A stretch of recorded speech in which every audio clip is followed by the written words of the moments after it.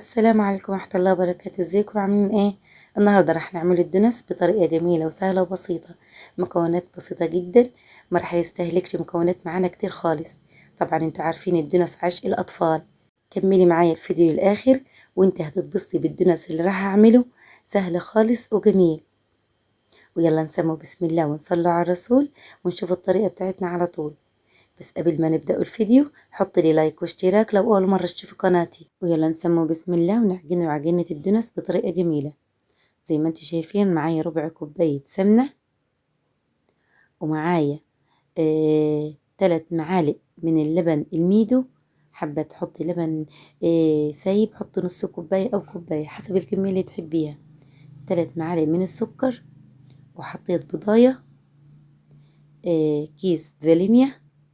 حابة عندك فانيليا سايبة حطي ربع معلقة. مكونات سهلة خالص وبسيطة وجميلة وجدا، راح تعجبكم عجينة الدونس. هحط معلقة خل، يبقى احنا حطينا 3 معالق من اللبن الميدو، 3 معالق من السكر، ذرة ملح، بضاية، معلقة خل، معلقة بيكنج باودر حطيتها في الدقيق. اقلب كل حاجة مع بعضها. بعد ما حطيت ربع كوباية مية اروح حاطة الدقيق بتاعي. اقلب الدقيق كده زي ما انتوا شايفين، اهم حاجة يكون المية بتاعتك دافية. وزي ما انتوا شايفين كده ابدأ ان انا بس اقلبها بالمعلقة وبعد كده اعجنها بايدي. احط لها زي ربع كوباية مية. طبعا انا محضرة الخميرة، خميرة فورية، تحط لها معلقتين خميرة فورية. لو عندكي مكعبات خميرة من عاملة زي العجينة ديت ممكن تحط لها مكعب. وزي ما انتوا شايفين كده ما شاء الله انا لميت العجينة ديت يا جماعة. معلقتين من الخميرة قلبتهم في معلقتين من المية واحطها في العجينة على طول. الطريقة دي في العجين يخمر معاك بسرعة من نتيجة تحط الخميرة بعدين خالص، من نتيجة تلم العجين. انا جربتها كذا مرة، بتاخش معانا ربع ساعة العجينة وتخمر. بعد ما لميت العجين بتاعي زي ما انتوا شايفين كده ما شاء الله عليه، مش شابك في ايدي ولا اي حاجة، لميتها حلو.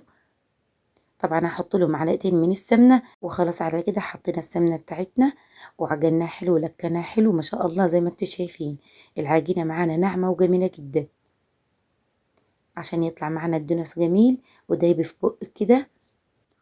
وزي ما انتوا شايفين خلصنا العجين. طبعا انا راح اغطيه على كده، ممكن اسيبه زي ربع ساعة او نص ساعة.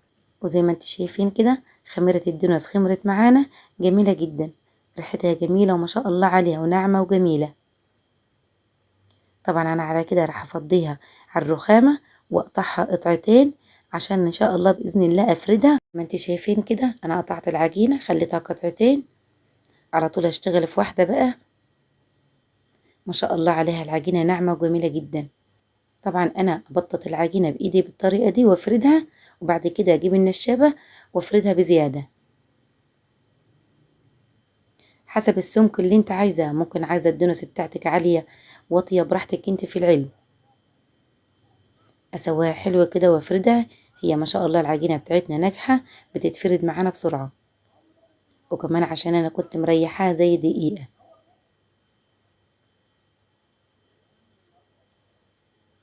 جميلة جدا يا جماعة الدونس راح يعجبكم. كملي الفيديو للآخر وانت هتتبسطي منه.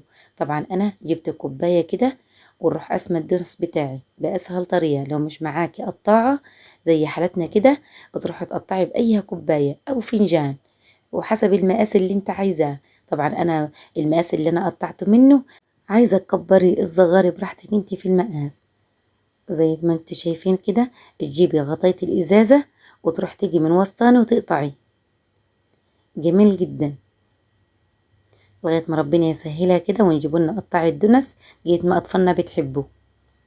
أخلص الكمية كلها بالطريقة دي ما شاء الله. زي ما انت شايفين القطع الصغيرة ممكن أعملها وردة. السمك بتاعها جميل جدا، علوها جميل جدا عشان هي راح تخمر تاني. أخلص كل الدنس بتاعي بالطريقة دي وارجع لكم تاني بإذن الله. وزي ما انتوا شايفين ما شاء الله خلصنا الدونس بتاعنا، راح نسيبوه لمدة ربع ساعة يخمر في الصواني. انا ما شاء الله على 3 كوبايات دقيق عملت كمية ما شاء الله عليها بجد. والدونس بتاعنا خمر زي ما انتوا شايفين كده. علي معانا وخمر وجميل جدا، تحفة بجد. طبعا انا مشغلة البوتاجاز، احطه على طول في البوتاجاز. وخلاص طلعت اول صينية، انا حبيت اخليها صفرة عشان ما تنشفش مننا زي ما انتم شايفين. جميل جدا. انا راح احضر الشوكولاتة بتاعتي. بدأنا نشكل الدونس بتاعنا بالشوكولاتة، حابة تشكليه بشوكولاتة بيضة، شوكولاتة سمرة، براحتك انتي. الأطفالك بتحبوا اعمله لهم. أنا هشكل بالاتنين ما شاء الله زي ما انتوا شايفين كده. جميل جدا وهشش معانا وناعم وجميل. امشي على خطواتي وانتي راح تعملي أحلى دونس بطريقة جميلة جدا وسهلة وبسيطة. مكونات سهلة خالص وبسيطة. القطعة من ديت يا جماعة من بره بتروح نجيبوها أقل حاجة ب5 جنيه. وفرنا كتير وعملناه في بيتنا كمية ما شاء الله عليها بجد. يا رب يكون عجبكم الدنس اللي انا عملته، وعجبتكم الطريقة السهلة البسيطة الجميلة جدا. مكوناتنا بسيطة جدا. الدنس زي ما انتم شايفين كده، الشكل والطعم بيتكلم على نفسه. واشوفكم في فيديو تاني بإذن الله، والسلام عليكم ورحمة الله وبركاته.